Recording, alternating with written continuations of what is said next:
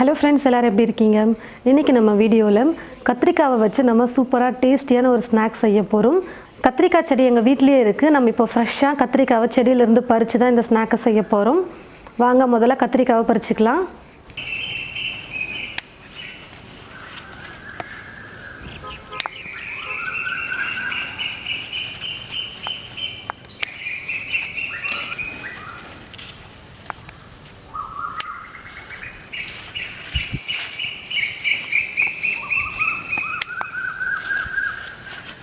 நல்லா இந்த மாதிரி கொஞ்சம் மீடியம் சைஸில் இருக்கிற கத்திரிக்காவை 6 கத்திரிக்காய் பார்த்து நான் எடுத்து வச்சுருக்கேன்.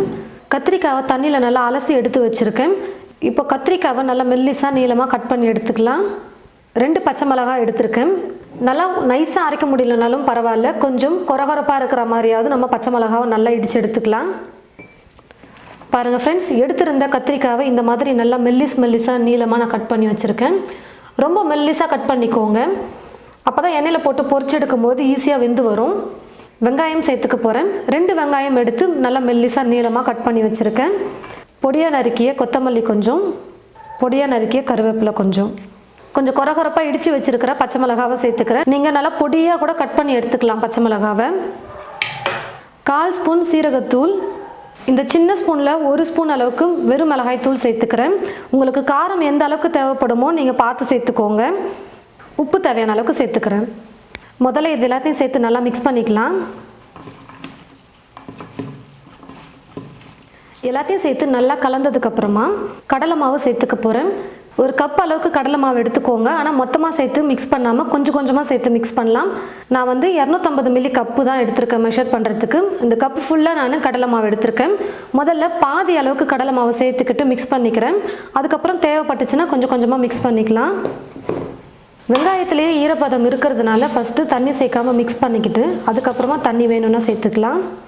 இப்போ மீதி இருக்கிற கடலை மாவையும் சேர்த்துக்கிறேன். நல்லா ஒரு கோட்டிங் வரணும், அதனால் மீதி இருக்கிறதையும் சேர்த்துக்கிறேன். இதே கப்பில் 1/4 கப் அளவுக்கு அரிசி மாவு சேர்த்துக்கிறேன். இப்போ எல்லாத்தையும் சேர்த்து நல்லா மிக்ஸ் பண்ணிக்கலாம். இது கூடவே நீங்கள் எண்ணெயை நல்லா சூடு பண்ணி சேர்த்துக்கிட்டிங்கன்னா இன்னும் நல்லாயிருக்கும். ஒரு 2 ஸ்பூன் அளவுக்கு எண்ணெயை சூடு பண்ணி எடுத்து வச்சுருக்கேன், அதை சேர்த்துக்கிறேன். நல்லா சூடான எண்ணெயை சேர்த்து செய்யும்போது நல்லா கிறிஸ்பியாக வரும் ஸ்நாக்.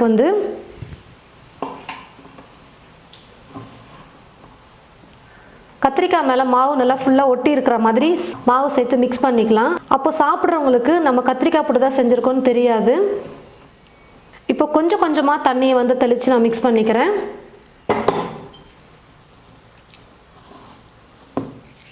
பாருங்கள் ஃப்ரெண்ட்ஸ், கொஞ்சமாக தண்ணி சேர்த்து நல்லா மிக்ஸ் பண்ணிக்கிட்டேன்.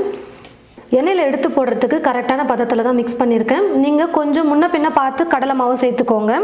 நான் எடுத்துருக்கிற கத்திரிக்காய் வெங்காயம் 2த்துக்கும் கரெக்டாக இருந்துச்சு நான் சேர்த்த மாவு. ரொம்ப கெட்டியாகவும் நீங்கள் மிக்ஸ் பண்ணிட்டீங்கன்னா சாப்பிட்றதுக்கு கல் மாதிரி வரும் ஸ்நாக்.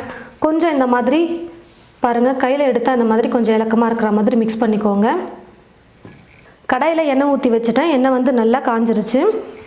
இப்போ ரெடி பண்ணியிருக்கிற மாவை எடுத்து எண்ணெயில் போட்டுக்கலாம். லைட்டாக தண்ணி தொட்டுக்கோங்க கையில், அப்போ மாவு எடுத்து போடுறதுக்கு கையில் ஒட்டாமல் வரும். உங்களுக்கு வேணும்னா நீங்கள் உருண்டையாக கூட போட்டுக்கலாம், போண்டா மாதிரி. இப்போ நம்ம பகோடா செய்கிறதுனால நான் ஷேப் இல்லாமல் எண்ணெயில் போட்டு பொரிச்சு எடுத்துக்கிறேன். கத்திரிக்காய் நல்லா வேகணும், அதனால் மிதமான தீயில் வச்சுட்டே நம்ம குக் பண்ணிக்கலாம். அப்போ தான் மேலேயும் கலர் கொஞ்சம் லேட்டாக வரும், உள்ள கத்திரிக்காவும் நல்லா வெந்து வரும். அப்பப்போ திருப்பி கொடுத்துட்டே இருங்க, அப்போ தான் எல்லா பக்கமும் நல்லா ஒரே மாதிரி வெந்து வரும். எந்த அளவுக்கு கத்திரிக்காவை மெல்லிஸாக கட் பண்ண முடியுமோ நல்லா கட் பண்ணிக்கோங்க. அப்போ எண்ணெயில் போட்டு பொரிச்சு எடுக்கும்போது ரொம்ப ஈஸியாக சீக்கிரமாக வெந்துடும். கொஞ்சம் கனமாக நம்ம கத்திரிக்காவை கட் பண்ணி சேர்க்கும்போது கத்திரிக்காய் வேகாது, சாப்பிடும்போது கத்திரிக்காய் பச்சையாக இருக்கிற மாதிரி இருக்கும். பகோடா நல்லா வெந்து மேலேயும் நல்லா கலர் வந்துருச்சு பாருங்கள். இப்போ நான் எடுத்துக்கிறேன். இந்த மாதிரி ஒரு வடிகட்டி கரண்டி வச்சுக்கோங்க. இந்த மாதிரி ஒரு வடிகரண்டி வச்சுக்கோங்க. இருக்கிற எக்ஸ்ட்ரா எண்ணெயெல்லாம் நல்லா ட்ரை ஆகிட்டு வந்துடும்.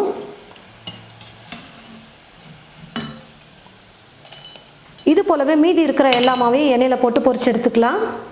பாருங்கள் ஃப்ரெண்ட்ஸ், கத்திரிக்காய் வச்சு நல்லா ஒரு டேஸ்டியான ஸ்நாக் ரெடி பண்ணியிருக்கோம். வெறும் வெங்காய பக்கோடா மட்டும் செஞ்சு சாப்பிடாம இந்த மாதிரி கூட கொஞ்சம் காய்கறிகளையும் சேர்த்து நம்ம பக்கோடா செஞ்சு சாப்பிடும்பொழுது டேஸ்ட் பார்த்தீங்கன்னா ரொம்பவே சூப்பராக இருக்கும். நீங்களும் இது போல் உங்களுடைய வீட்டில் கத்திரிக்காய் வச்சு பக்கோடா செஞ்சு பாருங்கள். செஞ்சு பார்த்துட்டு எப்படி இருக்குன்னு மறக்காம கமெண்ட் பாக்ஸில் கமெண்ட் பண்ணுங்கள். இந்த வீடியோவை மற்றவங்களுக்கும் ஷேர் பண்ணுங்கள். இது போல் நிறைய ரெசிபீஸ் பார்க்க தமிழ் ஃபுட் மசாலா சேனலை மறக்காமல் சப்ஸ்கிரைப் பண்ணிக்கோங்க. கூடவே பக்கத்தில் இருக்கிற பெல் ஐக்கானை கிளிக் பண்ண மறந்துடாதீங்க. தேங்க்யூ.